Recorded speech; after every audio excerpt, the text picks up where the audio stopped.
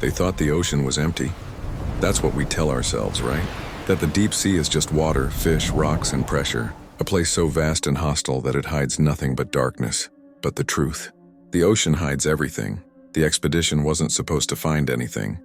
It was just another deep-sea mapping mission. One of hundreds launched in the past decade. A team of 7, working from the research vessel Calypso Blue, lowering drones into the abyss near the Mariana Trench. It was routine, predictable. Until it wasn't. The first sign came from the sonar. A blip too regular, too structured, pulsing like a heartbeat. At first they dismissed it as interference. Equipment glitches happen all the time, but the pattern kept repeating. Metallic, the tech whispered, squinting at the screen. That's not a rock. They sent the drone deeper. The feed flickered, the pressure sensors screamed, but then the camera stabilized, and the crew saw it. A structure. Buried beneath a mile of silt and black water was something enormous, carved and symmetrical. It wasn't natural. It wasn't supposed to be there, and then, as the drone circled, they noticed the markings. Rows of symbols etched into the surface, symbols that pulsed faintly, as if they were alive. The room went silent. Even through the grainy screen, they all felt it, the wrongness of it. "This isn't a ruin," the captain said finally. His voice was low, careful, like he was afraid the ocean might be listening. "It's a prison." They should have stopped. They should have pulled the drone up, shut down the mission, and filed the report no one would ever read. But humans are curious. We can't leave mysteries alone, and sometimes curiosity kills more than just the cat. The second drone carried a drill. Not to destroy, just to scrape. A small sample, a piece of the strange alloy. But the moment the drill touched the structure, the symbols lit up, bright as fireflies in the abyss. The water trembled. The drone froze. And then the signal hit them, not a sound. Not exactly. More like a pressure in the skull, a vibration behind the eyes. "You woke me." The words weren't spoken, but every member of the crew heard them. Clear, cold, terrifying. On the monitor, the symbols shifted, rearranging themselves, and for the briefest moment, the cameras caught something moving inside, something massive pressing against the walls of its cage. The captain staggered back, whispering to no one in particular.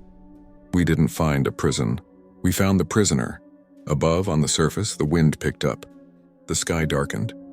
The sea itself seemed to react, waves thrashing as though the ocean were alive. Below, the structure groaned. The walls cracked, and for the first time in millennia, something ancient, something alien, began to stir. The crew didn't know it yet, but history had just ended, and the world they thought they knew was already gone. The first night after they found it, no one slept. The Calypso Blue rocked gently on the waves, but inside the crew argued in hushed voices. The discovery was too big to ignore. Some wanted to call it in, alert the Navy, alert NASA, hell, even the UN. But the captain shook his head. "You think anyone's going to believe us without proof?" he said. He tapped the table, his fingers trembling. "We bring back samples. We bring back footage. Otherwise, we're just another ghost story." The others reluctantly agreed, but not all of them were convinced this was a good idea. Dr. Eliza Warren, the lead biologist, kept staring at the sonar feed like she was watching a bomb tick down. She wasn't the kind of scientist who jumped at shadows, but this was different. "Prisons aren't built to keep people out," she whispered. "They're built to keep something in." No one replied. No one wanted to admit she was right. At 3 a.m., the drone feed came back online. The structure was clearer this time. The currents had shifted, blowing away centuries of silt. What had once looked like a simple block now revealed itself as something bigger. It wasn't just a chamber, it was a complex. Rows of spires rose from the seafloor like broken teeth. Bridges connected them, though some had collapsed under the crushing weight of the trench. And everywhere the glowing symbols pulsed, not random, not decorative, but organized. "Circuits," Eliza said softly. "They're using the ocean as a power source." The captain leaned closer, his jaw tight. "Power for what?" She hesitated. "For it." And then the signal returned, the same vibration behind their eyes, the same pressure like their skulls were about to split open. But this time, it wasn't just a phrase, it was a memory. Each crew member saw something different. The pilot saw himself drowning in a sea of stars. The engineer saw machines ripping apart, worlds Eliza saw a cage being lowered into black water, screams echoing across eternity.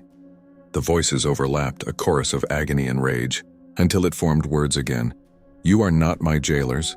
You are my release." The lights in the ship flickered. The drone feed cut to static, and far below the ground shifted. The structure wasn't just a prison. It was moving. By dawn, the ocean had changed. The crew gathered on deck, staring out in disbelief. The water was no longer calm. Waves twisted in unnatural patterns, spirals that bent against the wind. Schools of fish surfaced, thrashing violently before going still. And then, the whales came, dozens of them, surfacing around the vessel, circling like sentries. Their eyes were wide, rolling, unnatural. One of them let out a cry, but it wasn't a whale song. It was a sound that scraped against the human mind like claws on a chalkboard inside the skull. The youngest crew member, Matteo, clutched his head and screamed, "It's in them! It's in the animals!" And Eliza realized he was right. The prisoner wasn't rising alone. It was already reaching out. Back in the control room, the captain made his decision. "We're leaving," he said. His voice was hard, but his hand shook as he gripped the console. "This isn't a discovery. This is a mistake." But when the engines roared to life, the sea answered. A wave, not a normal wave, but a wall of water, towering, black, alive, slammed into the vessel. Metal screamed, alarms blared, and the crew was thrown from their feet. When the chaos cleared, they realized the truth. The ocean wasn't letting them go, and deep below, the prison door had started to open. The storm didn't stop. For 12 hours straight, the Calypso Blue was battered like a toy boat, waves hammering its sides, lightning clawing across the sky. The crew strapped themselves in, gripping whatever they could as the vessel groaned and shuddered. But the worst part wasn't the storm. It was the voice. The deeper the prison stirred, the louder it became. Not in their ears, not through the ship's radios, but inside their heads, whispering, coaxing, demanding. Matteo, the youngest, was the first to break. He staggered to the deck in the middle of the night, his eyes glassy, lips moving in a language no one should have known. By the time Eliza and the captain dragged him back inside, he was laughing. A hollow, empty laugh that didn't sound like him at all. "He's not ours anymore," Eliza whispered, and they knew she was right. At dawn, the ocean calmed.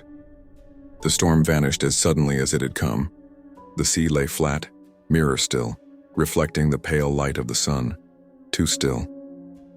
The captain ordered the final drone launched, desperate to confirm whether the prison had shifted. As the cameras descended, the crew crowded around the monitor. This time, there was no mistaking it. The structure was open. A massive fissure had split across its surface, releasing clouds of black sediment that drifted like smoke.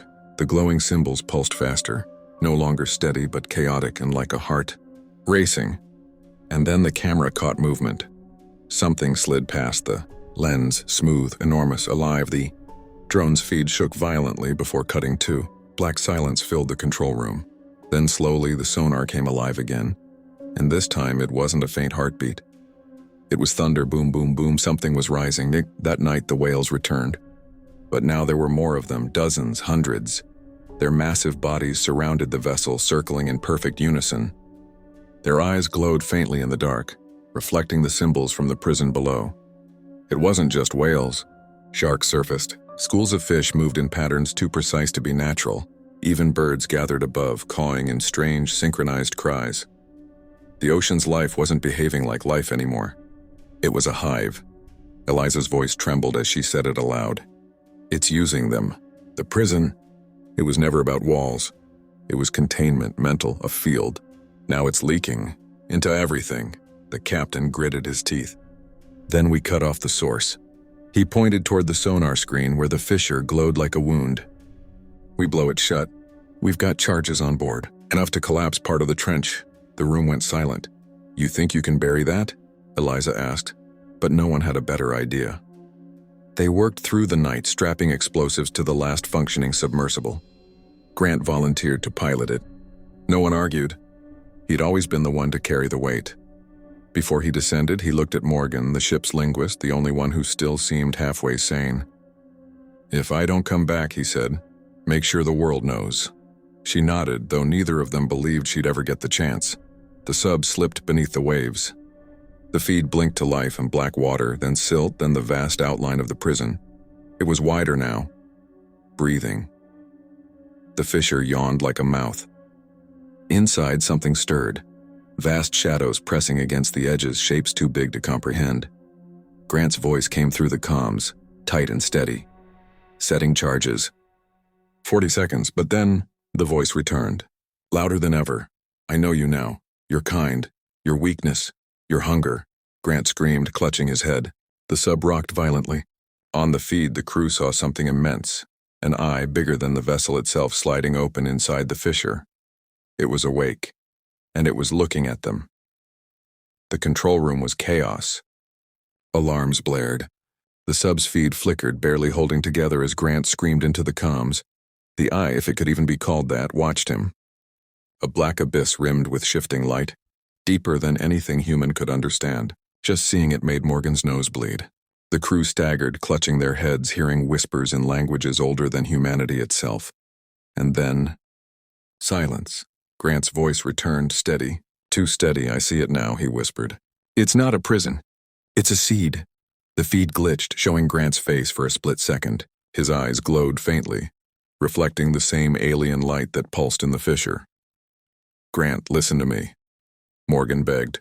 You need to finish the job. Detonate the charges. He smiled faintly, as though he hadn't heard her at all. They buried it here for a reason, and now it's choosing me. The screen went dark. On the sonar, something moved. The fissure widened.